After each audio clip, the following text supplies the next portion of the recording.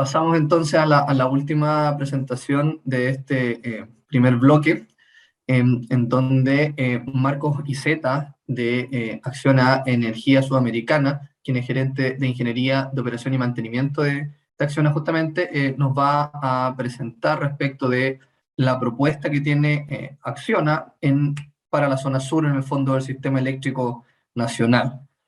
Marcos, si estás por ahí, puedes Sí, tomar la palabra. hola Eduardo, ¿qué Hola, ¿qué tal? Buenos tal, días. Marco? Bienvenido. Muchas gracias. Bien. Bueno, Adelante. primero, muchas gracias.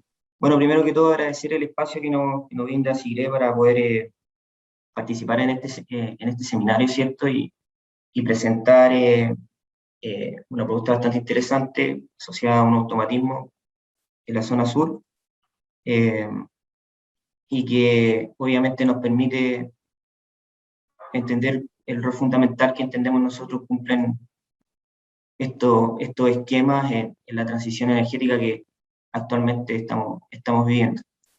No sé si se ve la presentación, Eduardo. Sí, se ve en Sí. modo presentación. Perfecto. Perfecto, ya. Muchas gracias. Bueno, partimos entonces. Bueno, el nombre de la presentación, ahí te lo pueden ver.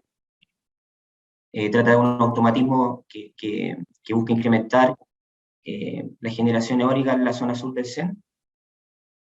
Primero que todo, para tener un poco de antecedente, el automatismo que como Acciona estamos proponiendo consiste en un automatismo EDAC que permitirá controlar las transferencias de potencia en el corredor Mulchen-Charrúa, con la finalidad de incrementar su capacidad de transmisión en aproximadamente unos 493 MVA. Actualmente este tramo opera bajo criterio N-1 con 549 MVA. ¿Ya? Eh, ¿Por qué esta propuesta? ¿Ya? Esta propuesta se basa en que actualmente tenemos cerca de 400 megawatts de parques eólicos operando, inyectando en el nodo Mulchen, ¿ya? En la zona sur del CEN, y en los próximos meses se conectarán aproximadamente unos 588 megawatts de energía renovable no convencional, en particular parques eólicos, en ese mismo nodo, ¿ya? Por lo tanto, considerando la actual capacidad de transmisión, si no contamos con una solución de este tipo, lo más probable es que estos parques no puedan inyectar al sistema toda su energía generada, ¿ya? Eh, para tener un poco un orden de magnitud del costo de este automatismo, este es del orden de los 4,5 millones de dólares y tendría un coma de 1,7 millones de dólares. Por lo tanto, desde el punto de vista económico y aparte desde el punto de vista práctico de implementación, es una solución primero de corto plazo y segundo de un bajo costo para las empresas que participarían de este esquema. Este automatismo también fue conceptualizado, diseñado para que alcance un nivel de confiabilidad igual o superior al sistema de protecciones que actualmente protege la línea Mulchen-Charrúa, ¿ya? Con la finalidad de, de evitar, ¿cierto?, o minimizar la probabilidad de falla y de una actuación errónea y que ésta tenga efectos sobre el sistema eléctrico nacional. Esta confiabilidad se obtiene exclusivamente de cómo uno diseña el esquema, del nivel de redundancia que le quiera dar tanto al hardware como a los sistemas de comunicaciones, punto fundamental para que este automatismo opere de la forma correcta.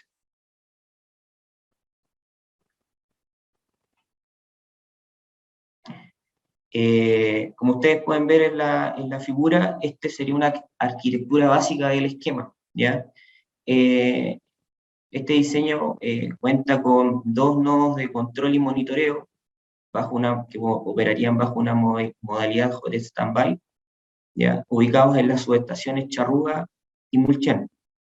¿Ya? Aquí ya muestra, por ejemplo, la subestación Santa Clara, que actualmente se encuentra en construcción y que seccionaría dicho tramo en los próximos meses. Eh, todos estos elementos se comunicarían con las celdas de monitoreo, que se instalarían en las subestaciones de Uqueco, Temuco, para tener una visualización y monitoreo también de las transferencias desde el corredor Temuco-Charrúa, y a través de un enlace MPLS redundante se comunicaría con todas las celdas de generación ubicadas en las distintas centrales de RNC, ¿ya? Que participan del esquema. Esto como concepto, si bien es cierto, no dista mucho de otros automatismos que han estado en operación hasta no hace mucho tiempo en el sistema eléctrico nacional, ¿ya? Hasta el momento nosotros hemos desarrollado una serie de estudios, ¿ya?, con la finalidad de poder dar certeza, ¿cierto?, de que este esquema es seguro y confiable para la operación del sistema eléctrico nacional. Hemos desarrollado todos los estudios de flujo de potencia, estabilidad, coordinación de protecciones. Hemos desarrollado también un análisis de confiabilidad y tasa de falla del esquema. Tenemos ya una filosofía de control y, bueno, y toda la documentación necesaria que permite viabilizar la implementación de este automatismo. ¿Qué es lo que va a supervisar y controlar este esquema? Bueno, aquí en la parte encerrada en color rojo es el tramo Mulchen-Santa Clara-Charrúa, ¿cierto? Como mencioné anteriormente, Santa Clara aún no se encuentra en operación. Y controlará la generación de todos estos parques eólicos que se encuentran acá. Esto obviamente es el pantallazo de una base de datos en Dixalen, ¿cierto? Ya con la proyección del sistema al momento de la puesta en servicio, ¿ya? Como mencionamos anteriormente, este automatismo permitirá incrementar la capacidad del tramo Mulchen-Charrúa en 493 MVA, supervisando y controlando las transferencias por el tramo Mulchen-Charrúa, en particular, ¿cierto?, para transferencias en dirección sur-norte, inyectando a Charrúa, bajo altas coincidencias de energía eólica e hidráulica. Este sistema está pensado y está diseñado para maximizar la utilización del tramo Mulchen-Charrúa sin que signifique, ¿cierto?, llevar al sistema a un escenario de inseguridad o inestabilidad. La seguridad del corredor se garantizará con acciones de desconexión automática de generación y regulación automática de generación. Estos escenarios de sobrecarga que puedan ser detectados mediante la supervisión de los nodos de control que estarán ubicados en Mulchen y Charrúa, ¿ya? En este caso, ¿cuáles serían las principales contingencias, ¿cierto?, que afectarían o que llevarían a operar este esquema? Primero, obviamente, la falla de algunos de los circuitos que se encuentren entre Mulchen y Charrúa, ¿ya? También una falla en el vínculo entre las subestaciones Charrúa Rosal y sobrecargas por exceso de generación eólica en la zona, ¿ya? Quiere decir que no haya falla en el sistema, pero la generación eólica alcanza un factor de planto de generación bastante alto, que de igual forma haya que aplicar acciones de regulación para mantener las transferencias en los límites que permiten incrementar el esquema. Acá tenemos un screenshot, ¿cierto?, de un flujo de potencia en particular para un escenario bastante crítico, en donde nosotros lo que quisimos mostrar es liberar la capacidad, ¿cierto?, de transmisión del esquema y ver hasta qué niveles de transferencia se alcanzarían si nosotros despachamos toda la energía que está disponible en la zona y adicionalmente la central de angostura a su máxima capacidad. Como se puede apreciar, bajo el escenario actual, la línea Mulchen-Charrúa en sus dos circuitos alcanza casi un 100% de su capacidad de transferencia, por lo tanto, inevitablemente eso llevaría a aplicar acciones de reducción de generación a todos los parques RNC de la zona para mantener operando el sistema bajo el criterio N-1, ¿ya? El peor caso, incluso este no es el peor caso, porque dado que se va a conectar a la subestación Santa Clara. En este punto en particular se agregará también el parque eólico Campo Lindo con casi 70, un poquito más de 70 megawatts. ¿Ya?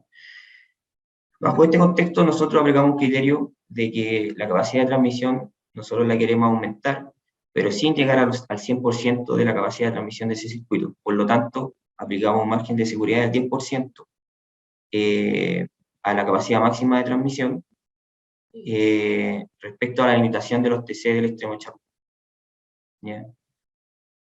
En escenarios de hidrología seca, obviamente, se observan menos niveles de transferencia. Obviamente, en un escenario, por ejemplo, que Angostura no se encuentra despachado solo por temas de seguridad sistémica. Pero de igual forma, teniendo un factor de planta elevado de las plantas RNC de la zona, igual se superarían las transferencias bajo criterio de N-1.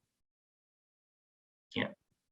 ¿Qué es lo que hacemos nosotros entonces? En este caso, evaluamos, ¿cierto?, bajo dos condiciones, cómo se comportaría el sistema ante una falla, ¿cierto?, en el tramo Bulchen-Charrúa, ¿ya? Y cómo afectaría la desconexión de generación renovable con la finalidad de mantener las transferencias bajo criterio, bajo los niveles de transferencia que soporta cada uno de los conductores de la línea, aplicando funciones de desconexión automática de generación. ¿Ya? Para este caso, con niveles de transferencia como los que mostrábamos anteriormente, si hay una falla en el tramo Santa Clara-Charrúa, por ejemplo, que es el peor caso, nosotros desconectamos un monto de generación cercano a los 400 megawatts para dos tiempos de actuación del esquema, ¿ya? Uno para 500 milisegundos y otro para 1500 milisegundos. ¿Ya? Como pueden ver las gráficas, las variaciones de tensión y las excursiones angulares de los rotores de la unidad sincrónica se mantienen estables y dentro de los márgenes establecidos en la norma técnica de seguridad y calidad de servicio. Por lo tanto, lo que podemos visualizar acá es que no existe una limitante desde el punto de vista de la estabilidad, sino que aquí el tiempo de despeje que requiere el esquema está dado por el límite térmico del conductor. ¿Ya? Nosotros podríamos incluso alargar un poco más este tiempo sin afectar al sistema. Obviamente que el esquema considerará operar en el menor tiempo de actuación posible, por lo tanto los 500 milisegundos serían la condición de borde, ¿cierto?, para la operación del esquema. Adicionalmente, la desviación de frecuencia, tras la actuación de la función DAC, no alcanza a activar el primer escalón del EDAC por su frecuencia. ¿Ya? Aquí, ya terminando un poco la presentación, la parte técnica del esquema, nosotros lo que queremos mostrar con esta gráfica es que un automatismo en la zona sur permite sumar nuevos recursos de generación para abastecer la demanda. ¿Ya? Ya que la mayor generación eólica en la zona sur se presenta fuera del bloque de horario solar, por lo tanto son complementarios. ¿Ya?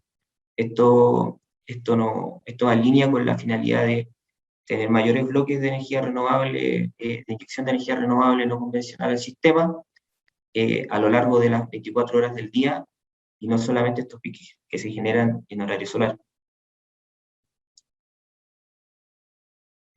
Finalmente, los resultados, las principales conclusiones que nosotros podemos transmitirle a ustedes es que la implementación de un automatismo de control de transferencia en el tramo Muchen-Charrúa permite aumentar la capacidad de transferencia en 493 megas de dicho tramo de forma segura y estable para el sistema. ¿Ya? También que la filosofía y la arquitectura de control, el diseño que hemos desarrollado, nos permiten asegurar que el automatismo contará con un nivel de confiabilidad superior al sistema de protecciones que actualmente protege las líneas Muchen-Santa Clara-Charrúa. En función de lo anterior, como acciones insistimos en la necesidad de implementar este automatismo, dado que permitirá aumentar las capacidades de transmisión de forma segura y estable del sistema eléctrico nacional en la zona sur, reducir el costo global de operación del sistema en su conjunto e incrementar los volúmenes de generación eólica en la zona sur del centro. Y esto también está en línea con el escenario, ¿cierto?, de de sequía que estamos viviendo actualmente y que en un futuro nos permita reducir el riesgo de abastecimiento de la demanda en condiciones de sequía extrema. Bueno, eso es mi presentación, Eduardo, y agradezco el tiempo a todos. Muchas gracias, Marco, muy interesante, interesante la experiencia que nos acabas de contar. Bueno, ahora entonces ya finalizadas, ¿cierto?, las tres presentaciones correspondientes al primer bloque, vamos a pasar al bloque de consulta, ¿cierto?, donde la idea es que se dé una suerte de conversación, ¿cierto?, entre los integrantes del panel y se puedan responder las inquietudes que se nos han planteado a través del chat y las que puedan surgir también aquí durante la conversación. Entonces, respecto a las consultas que nos han llegado, la primera es respecto a la presentación de Alfredo y la hace Francisco Martínez. Él nos pregunta si ves que están las capacidades locales para el desarrollo de proyectos BES. Alfredo, si puedes ahí contestar cómo lo ven ustedes en Transelec. Gracias, Eduardo. La verdad, creemos que desde el punto de vista local hay espacio para seguir desarrollando de todo este tipo de capacidades. Todo lo que es tanto desarrollo eólico, solares y de batería, digamos, con el tiempo se han visto se han ido incrementando. En particular, cuando solicitamos de todas maneras cotizaciones y revisiones para lo que se requeriría para el proyecto BES presentado, la verdad, con las capacidades locales no alcanzaba. Era necesario, digamos, salir afuera a hacer bastante más cotizaciones e incluso cotizando afuera, los requerimientos eran importantes y muchas veces no bastaba, digamos, con solamente cotizar un proveedor. Por lo que honestamente creemos que no solamente en Chile es necesario empezar a aumentar, digamos, las capacidades locales, sino en la medida que estos equipos, estos sistemas de almacenamiento que tienen múltiples funcionalidades, se vayan incorporando en cada uno de los sistemas, estas capacidades se van a ir desarrollando tanto en Chile como en el extranjero. Perfecto. Muchas gracias, Alfredo. Bueno, ahí pasar también después en respecto a la presentación de Rigoberto. Daniel Espinosa nos pregunta porque está muy interesado por la herramienta que señalaba de código abierto en Rigo, ahí el DeepEdit. Si puede después poner en el chat, por favor, el link ahí para que lo puedan descargar. redsimplificate.org. Así de, voy a escribir en todo caso. Porfa, para que quede ahí disponible. Pasando a una consulta, digamos, particular ahí sobre la presentación de Marco, respecto a la experiencia, ¿cierto?, de este automatismo, ¿cierto?, que entiendo no se ha implementado aún, ¿cierto?, pero que llevan ustedes un buen tiempo en análisis. ¿Qué significó la incorporación, digamos, de la subestación Santa Clara al esquema, ¿cierto?, a la conceptualización de este esquema? Lo pregunto en qué sentido, más que por el caso particular ¿cierto?, de Santa Clara, sino que es más bien pensando en si es que hay algún nuevo cambio de topología en el futuro, ¿cierto? Yo obviamente miro las cosas con ojos del plan de expansión, en donde vienen algunas obras, ¿cierto?, en la zona, un seccionamiento ahí de la línea antigua, más un repotenciamiento, ¿cierto? Entonces, ¿cómo eso pudiese un poquito afectar, ¿cierto?, el esquema, la vigencia del mismo, o qué tan adaptable es finalmente, qué tan traumático, qué tan fácil puede llegar a ser adaptar el esquema, ¿cierto?, frente a una condición topológica un poco distinta, ya sea por la misma topología de transmisión, ¿cierto?, o por conexión de generación en puntos nuevos. Si nos puedes comentar un poquitito, por favor, Marco. Sí, Eduardo, se escucha, ¿cierto? Sí. Sí, efectivamente, bueno, la incorporación de la subestación Santa Clara en particular no significó muchos cambios a la filosofía porque fue considerada desde un inicio, ¿ya? Pero atendiendo a tu pregunta, efectivamente nosotros hemos analizado también cómo funcionaría este esquema considerando las obras que están decretadas en el plan de expansión, ¿cierto?, y que se van a incorporar al sistema en particular en esa zona, no sé, seccionamiento, ¿cierto?, como la subestación JMA, bueno, no me acuerdo si le cambiaron el nombre ahora, pero yo la conocí así hace un tiempo atrás. Cierto que secciona los circuitos de Ralco, Pangue, ¿cierto? Y Angostura. En particular nosotros analizamos ese caso y obviamente tenemos planificado cómo se vería modificado tanto el algoritmo, ¿cierto? Como la filosofía de control. En particular, la confiabilidad no se ve afectada para nada, ya que la ampliación del esquema, en el caso de que el automatismo tuviera que seguir en servicio al incorporarse a esta subestación, se mantiene dado que los equipamientos seguirían siendo de las mismas características y los sistemas de comunicaciones, que son la parte más importante de estos automatismos, donde son los que marcan la confiabilidad del esquema, siguen siendo de las mismas características, redundantes, con medios distintos, ¿cierto? Por lo tanto, obviamente se va a ver afectado en el sentido de que va a haber que modificar el algoritmo, ¿cierto? Programado, pero desde el punto de vista de la confiabilidad, esta no se ve afectada, ¿ya? Y obviamente el automatismo está conceptualizado para que no solamente se incorporen nuevos sistemas de transmisión, sino que también se incorporen nuevas centrales, ¿ya? En el caso de que en la zona, por alguna razón, se sigan conectando nuevos parques eólicos o de otras características que deban ser incorporadas al esquema. Perfecto, muchas gracias por tu respuesta, Marco. Y siguiendo un poco la línea de la pregunta, pero ahora pasándome a la presentación de Rigoberto. Rigo, ahí cómo ves tú, digamos, si nos puedes contar un poquito más respecto a la flexibilidad justamente que tiene la herramienta, ¿cierto?, para adaptarse, ya sea a nuevas condiciones, ¿cierto?, a nuevos escenarios. Cuando digo condiciones, ¿cierto?, estaba pensando justamente en la presentación, en las palabras iniciales del secretario ejecutivo, ¿cierto?, respecto a la condición de sequía en la que nos encontramos, en donde eventualmente es la condición, ¿cierto?, obviamente sumada, ¿cierto?, más algunas características de la red, ¿cierto?, que pueden llevar a requerir, ¿cierto?, la aplicación de un nuevo, de un automatismo, en el fondo, ¿cierto?, un sistema especial de protecciones. ¿Cómo, qué tan flexible resulta la herramienta, ¿cierto?, respecto de nuevas condiciones, como te decía, topológicas o particulares del sistema, de las condiciones en que se encuentra, digamos, o pudiese encontrarse el sistema, ¿cierto? Perfectamente flexible a cualquier tipo de cambio o ajuste en los escenarios. O sea, para efectos de práctico es básicamente cambio de información de entrada, digamos, la estructura del problema se mantiene, así que perfectamente abordable. Y de hecho, de manera natural, las bases de datos, al menos con las que estamos trabajando hoy en día, incorporan escenarios bastante secos entre medio. Así que no veo problema por ese lado. Claro, pero en general, ¿cierto? Usted, no me acuerdo bien si nos podría ahí ahondar un poquito en qué es lo que le entrega a uno, ¿cierto? Si le entrega un escenario esperado, le entrega una diversidad, ¿cierto?, de condiciones, ¿cierto? Y cómo puede ser manejado en ese sentido. La lógica que hay detrás es tener un espectro lo más amplio posible de todas las condiciones de operación, de manera tal de que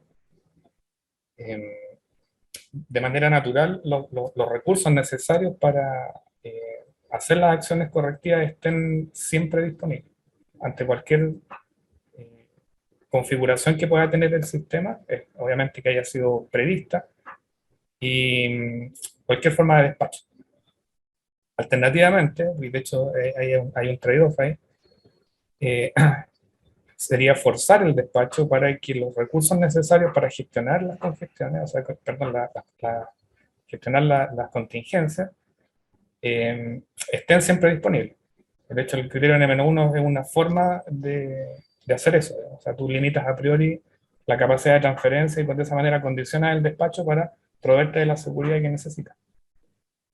Entonces, acá la lógica ya no es limitar la línea, sino que tener recursos extra, digamos, reducciones, desconexiones, accionamiento de batería y todo ese tipo, o almacenamiento, que te provean de una seguridad equivalente y que estén disponibles ante cualquier condición de operación que hayas previsto, con la cual hayas diseñado el esquema.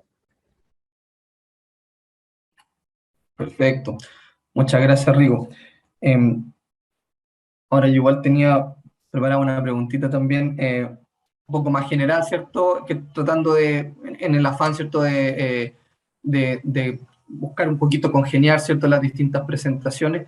Quería hacer la consulta, digamos, a ver si cada uno me puede entregarnos su opinión, ¿cierto?, respecto a cómo ven la posibilidad, ¿cierto?, de un poquito fundir las lógicas, ¿cierto?, que tienen las tres presentaciones, o sea, cómo se incorporarían los equipos BES, por ejemplo, en el esquema, ¿cierto?, que plantea Marco en el sur, ¿cierto?, y al revés, en el caso, ¿cierto?, de lo que plantea Alfredo, cómo pudiese eventualmente verse complementado, ¿cierto?, con un esquema de desconexión de generación, ¿cierto?, o de reducción de generación, como el que nos contaba Marco, ¿cierto?, y cómo, bueno, igual nos contó ya, ¿cierto?, de cómo pudiese encajar también en la búsqueda, ¿cierto?, de estas oportunidades para la incorporación de automatismo, ¿cierto?, cómo se pudiesen complementar en el fondo las distintas opciones.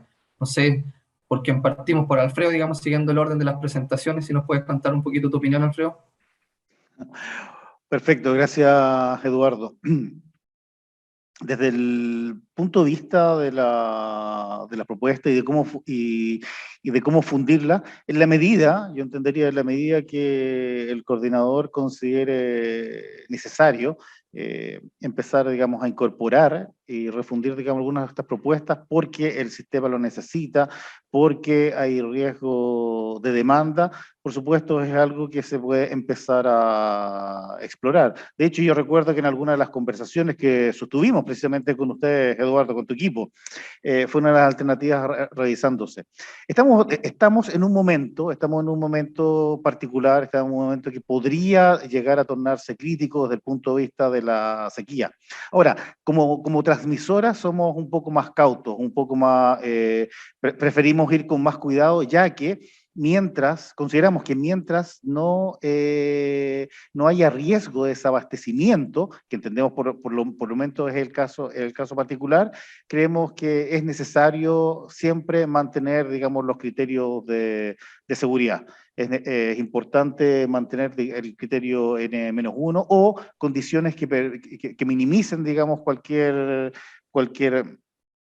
problema o falla, ya que siempre debemos tener, digamos, al cliente ahí como eje central. Finalmente, actualmente es el cliente final el que paga por la seguridad y la calidad de servicio. Es el cliente final el que paga por todas las inversiones que se realizan. Entonces, por lo cual, creemos, y obviamente sabemos que se ha tornado mucho más exigente hace bastante tiempo con respecto a la calidad que percibe del producto electricidad, ya sea en cualquier forma. Por lo cual, vuelvo a insistir, creemos que es necesario ser cautos con esto a la hora de ir definiendo o qué tan frágil o vulnerable poder dejar el sistema. Mientras no haya efectos con respecto a riesgo de desabastecimientos, creemos que de todas maneras lo importante es mantener los criterios de seguridad y avanzar, digamos, de todas las formas que sea posible para aprovechar las capacidades del sistema de transmisión.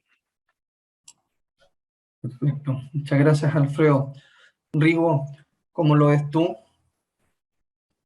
sea, desde mi punto de vista, para el mundo que se viene, hay que echar mano de todas las formas de aporte y flexibilidad que el sistema pueda obtener, digamos. O sea, todas las proyecciones son bastante elocuentes respecto de la necesidad de electrificación de todo, un incremento importante de demanda, pero también hay que tener en cuenta que esa nueva demanda que viene probablemente no va a tener la misma rigidez que tiene a la que estamos acostumbrados. Y hay que aprovechar esa oportunidad también, ¿no? O sea, esta demanda tan pasiva a la que estamos acostumbrados, que hay que abastecerla siempre a todo evento y que prácticamente no hacen nada, digamos, en el sistema, no es activa en el sistema, va a tender a cambiar, digamos, las formas de calefaccionar, las formas y los momentos para la electrificación del transporte, por ejemplo, va a jugar un rol y son cargas que son perfectamente gestionables. Entonces, hay que aprovecharlo, hay que sacar provecho de eso y la exigencia también del crecimiento y del expreso del sistema de transmisión lo va a demandar de todas formas. Casi un poco cambiar un poco el paradigma medio top-down al que estamos acostumbrados y ya todo formar parte y aportar a la flexibilidad del sistema. Perfecto, Rigo, muchas gracias. Marco, Sí, adelante. Sí, Eduardo, muy interesante tu pregunta. Bueno, primero, tomando un poco las palabras que dijo Alfredo en un principio, bueno, este automatismo que nosotros estamos promoviendo también, obviamente tiene como principal objetivo, más allá de aumentar las transferencias, ¿cierto? También no degradar la seguridad y calidad de suministro del sistema eléctrico. Por lo tanto, como mencionábamos en la presentación, las lógicas y hardware, etcétera, están todas en función de minimizar los riesgos de no actuación y es bastante seguro, ya un nivel de confiabilidad superior al sistema de protecciones de la línea. Respondiendo a tu pregunta en particular, yo creo que los automatismos en general, y en particular se puede mezclar con cualquier tipo de otra solución, ¿ya? No solamente podría regular o controlar la generación de un parque eólico, sino también perfectamente se podría incorporar la gestión de una batería, ¿ya? O un sistema de almacenamiento. Por lo tanto, creo que no son soluciones excluyentes, sino que son complementarias, ¿ya? Y creo que la tecnología que actualmente manejamos eh, nos permite poder pensar en un futuro en tener un sistema que utilice todos estos tipos de recursos, dado que necesitamos sí o sí un sistema de transmisión mucho más flexible que el que tenemos hasta ahora, ¿ya? Y eso es lo que nos va a permitir también afrontar la transición energética de mejor forma. Así que perfectamente, considerando el diseño y cómo está pensado este esquema, las soluciones son compatibles desde todo punto de vista. Perfecto, Marco, muchas gracias. Tenemos una pregunta que la hizo Gabriel Holguín para los tres panelistas. Ahora entendería yo, ¿cierto?, que es como bien de detalle, entonces ahí, si nos pudiesen responder quienes tengan, digamos, la respuesta como más el de detalle, se refiere al procedimiento, ¿cierto?, que el CEN, el coordinador, ¿cierto?, publicó para los automatismos, ya para el desarrollo e implementación de automatismos, ¿cierto? Este incluiría pruebas, ¿cierto?, en el laboratorio de simulación en tiempo real, ¿ya? El RTDS. Entonces, quería saber, digamos, si ven como parte de la implementación de los esquemas de esas pruebas, tanto para los automatismos como el que plantea Marcos, como para el esquema que plantea, por ejemplo, conceptualmente, ¿cierto?, Rigoberto o Alfredo. No sé cómo lo ven ustedes. Parto yo, Eduardo. Parte de Sí, nueva sin Marcos. problema.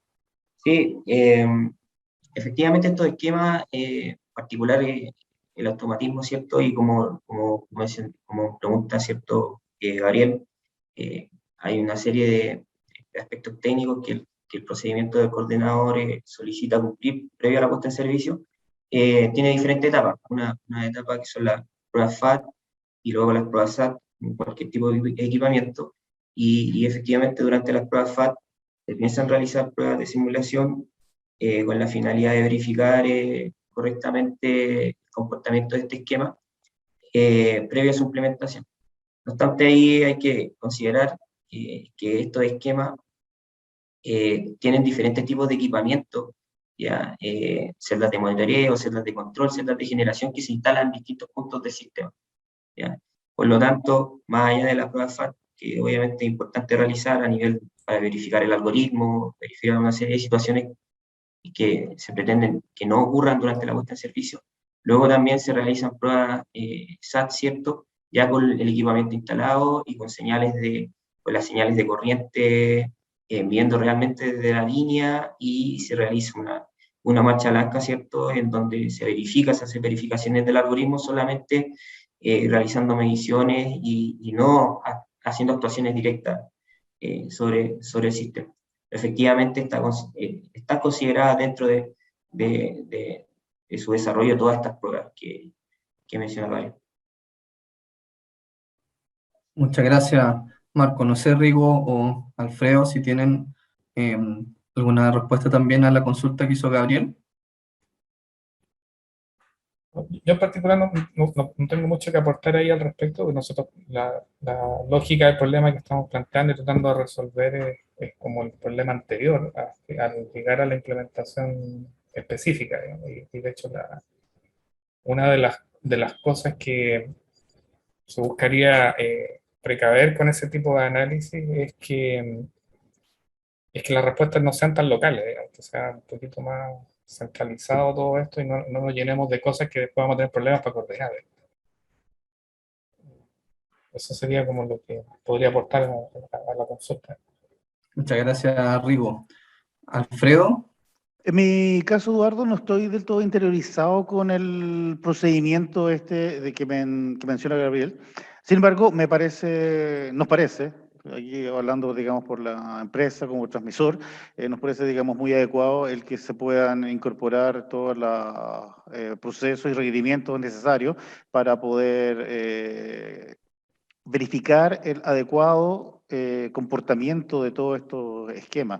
Desde hace mucho tiempo en el sistema se han ido incorporando, lamentablemente la historia, por lo menos la historia hace varios años, no otorgaba, digamos, el mejor comportamiento, y creo que por eso es el que uno tiende a tener un poco más de cuidado, a ser un poco más cauto al llegar a incorporarlo.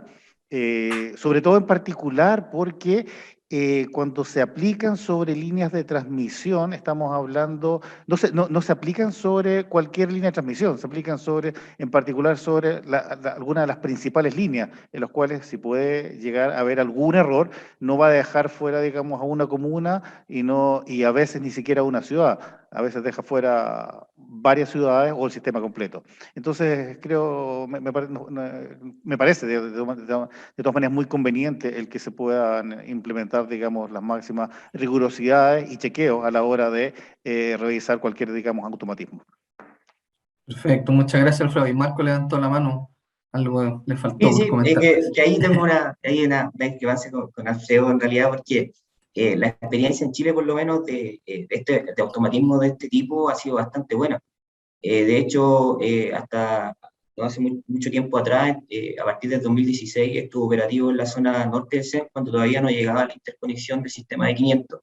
El automatismo más intensivo no vale, ya que la fase 3 de la edad de Guacolda. Y estuvo operativo durante 3 años con resultados bastante buenos, permitiendo mitigar todo el vertimiento que estaba afectando a las centrales solares, principalmente conectadas al norte de Hualpaico. Por lo tanto, la experiencia en Chile, que incluso es nombrada a nivel internacional, hay papers que nombran ese esquema, es bastante buena. Obviamente que las pruebas y todos los chequeos se tienen que hacer y nadie va a querer implementar un esquema que después ponga en riesgo la operación del sistema eléctrico. Pero creo que como Chile ha sido bastante pionero en la implementación de esos esquemas y con bastante buenos resultados. De hecho, la evidencia empírica muestra que ha sido bastante bueno. Perfecto. Muchas gracias, Marco, ahí por el complemento. Bueno, oye, nos queda una última pregunta. Si nos puedes comentar rápidamente, Marco, pregunta ahí Daniel Espinosa, si no estoy mal, ¿cuánto tiempo más o menos le llevó hacer los análisis respecto de los estudios y para determinar los requerimientos de equipos y sistemas asociados al automatismo? Si nos puedes comentar brevemente un tiempo aproximado. Sí, mira, el desarrollo de los estudios, aquí tenemos tiempo ganado en realidad ya.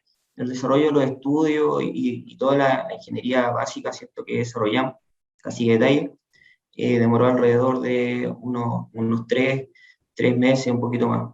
¿Ya?